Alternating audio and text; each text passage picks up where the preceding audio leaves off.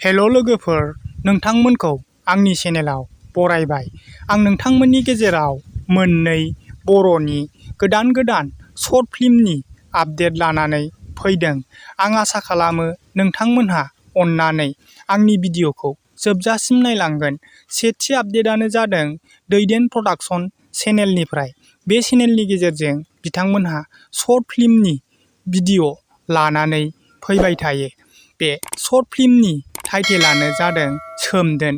बिथांमोनहा बे शर्ट फिल्मनि भिडिअखौ बावैसो सिगाङाव रिलिज खालामना होबाय। थारैनो बिथांमोननि शर्ट फिल्मनि भिडिअआ बाख्नायजाथाव, ओंथिगोनां, बयनिबो गोसोखौ गोजोन होनो हानाय शर्ट फिल्मनि भिडिअ लानानै फैदों। बेबायदिनो बिथांमोनहा बयनिबो गेजेराव बयजोंबो मोजां मोनजानाय मोजां साबसिननिफ्राय हामसिन शर्ट फिल्मनि भिडिअ लानानै फैबाय थानो हाथों।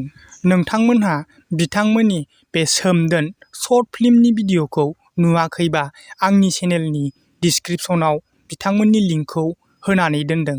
नोंथांमोनहा थांना नायनो हागोन।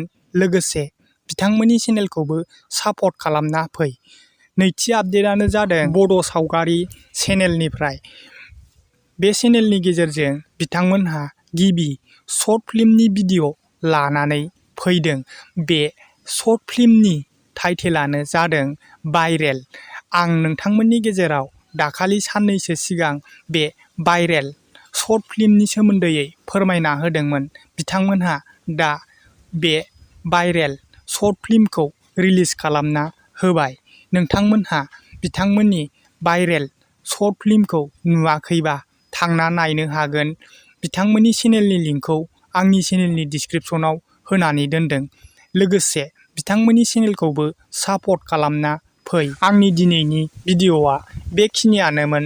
नोंथांमोनहा आंनि चेनेलाव गोदानबा अननानै चेनेलखौ साबस्क्राइब खालामना ला। लोगोसे खाथिनि बेल आइकनखौबो अलाव थुनानै हो।